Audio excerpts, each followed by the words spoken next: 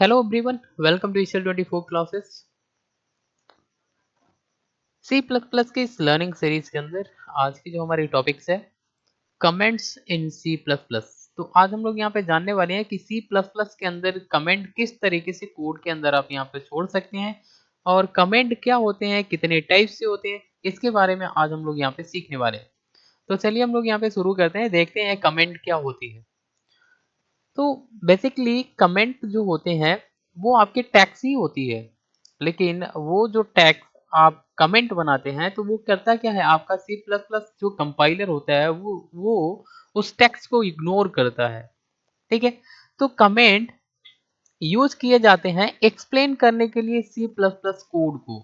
यानी कि जब आप सी प्लस प्लस के अंदर कोड को राइट करते हैं तो उसको अगर कोड को आपको किसी को एक्सप्लेन करना है तो एक्सप्लेन करने के लिए हम लोग क्या करते हैं, बेसिकली कमेंट को राइट कर देते हैं। एंड ये जो कमेंट होते हैं ये इजर बनाते हैं, यानी कि आपके कोड को रीडेबल बनाते हैं, काफी आसानी से कोई भी इसको पढ़ सके और समझ सके। इसके लिए हम लोग क्या करते हैं, अपने कोड के अंदर कमेंट को छोड़ते हैं। मोस्ट ऑफ द प्रोग्रामर ये जो कमेंट होते हैं ज्यादातर यूज करते हैं प्रोग्रामर कोड को समझाने के लिए, ताकि कोई भी आसानी से ये कोड का जो लॉजिक होता है वो समझ सके।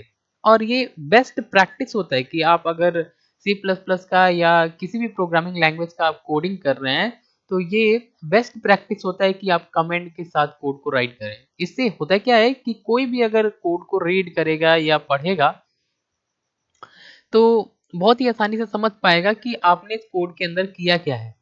क्लियर। तो इसलिए हम लोग क्या करते हैं, मोस्ट ऑफ द प्रोग्रामर जो होते हैं ये कमेंट का यूज करते हैं कोड के अंदर। ठीक है। कितने टाइप्स की कमेंट होती है?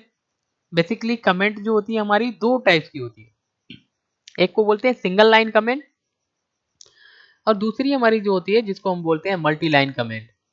सिंगल लाइन कमेंट जो होती है बेसिकली ये जो टू फॉरवर्ड स्लैश है, टू फॉरवर्ड स्लैश है, टू फॉरवर्ड स्लैश का यूज करके हम लोग यहाँ पर सिंगल लाइन कमेंट को राइट करते हैं।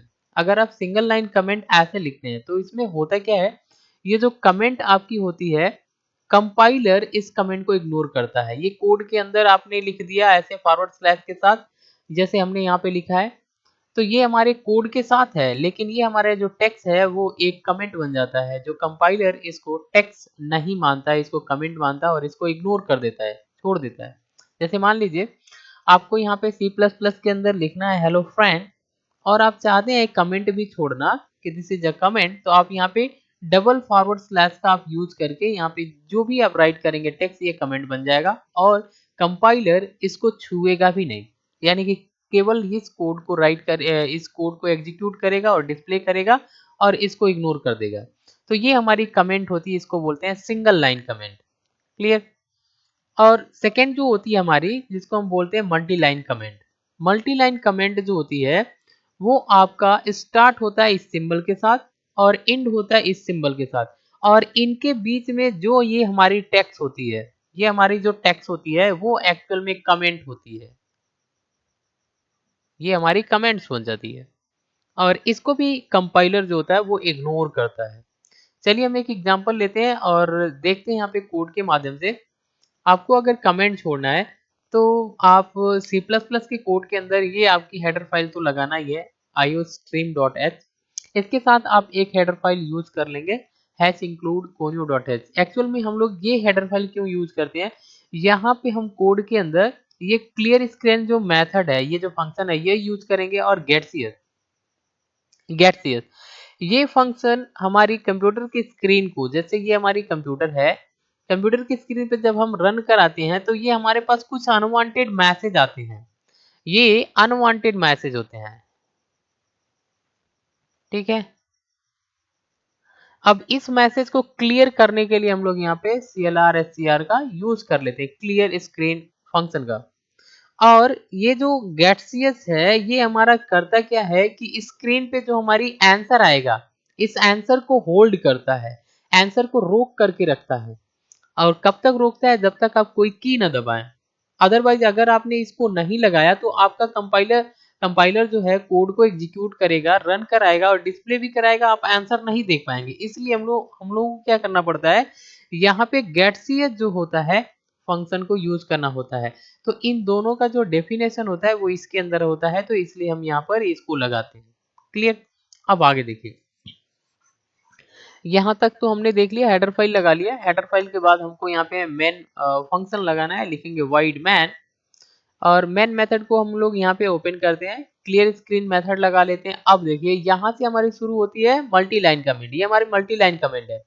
आप अगर इस तरीके से आपने लिखा फॉरवर्ड स्लैश और स्टार का सिंबल, और इसके अंदर आपने जो ये लिखा है the code below will print the word hello friend on to the screen, तो एक्चुअल में ये पूरे के पूरे जो हमारे वर्ड हैं ये कमेंट हो जाएगी, और यहाँ पर ये लास्ट में हमको ये सिंबल लगाना होता है। स्टार्ट करेंगे ऐसे और यहाँ से ऐसे लगा देंगे, तो ये पूरा कोड हमारा कमेंट हो जाएगा जो इसके अंदर हमने जो टेक्स्ट बनाया। ये इसको हम बोलते हैं multi line comment.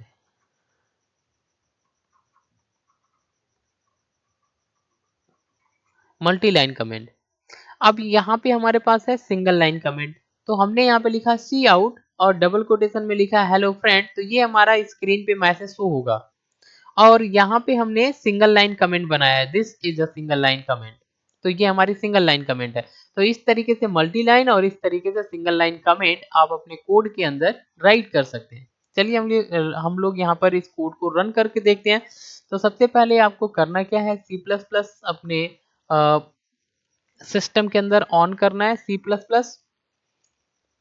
Plus plus on करने के बाद आपको क्या करना है, यहाँ पर न्यू फाइल के अंदर चलनी है, एक फाइल लेना है आपको यहाँ से,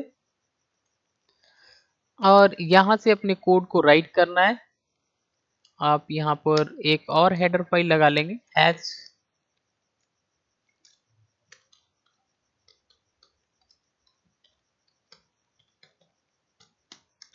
एक और हेडर फाइल लगा लेंगे conio.h void main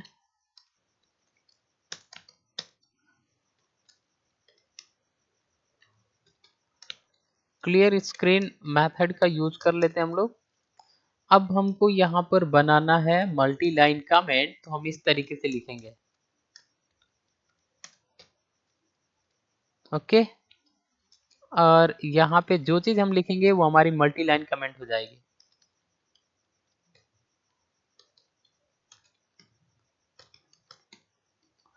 ये हमारी मल्टी लाइन कमेंट है, और ये हम लास्ट में इसको इस तरीके से क्लोज कर देते हैं, तो ये हमारी बन जाती है मल्टी लाइन कमेंट। अभी आप देखेंगे तो यहाँ पे जो ये टेक्स्ट है ये हमारी यूजुअली टेक्स्ट से आपकी इसका जो कलर है वो अलग हो जाता है, ये हमारी कमेंट बन जाती है।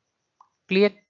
अब हमको क्या करना है, यहाँ पे हमने मल्टी लाइन कमेंट बना दिया। अब हमको कोई मैसेज डिस्प्ले करना है, तो लिखेंगे सी आउट, और यहाँ पर इस तरीके से आप कोई मैसेज लिख सकते हैं,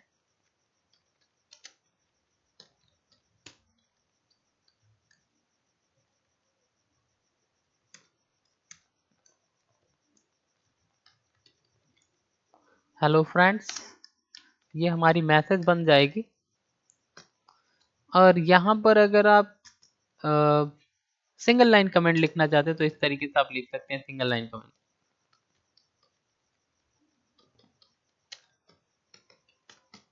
सिंगल लाइन कमेंट, ये हमारी सिंगल लाइन कमेंट हो जाती है। अब आपको यहाँ पे गेट सी एस यूज कर लेना है, गेट सी एस मैथड,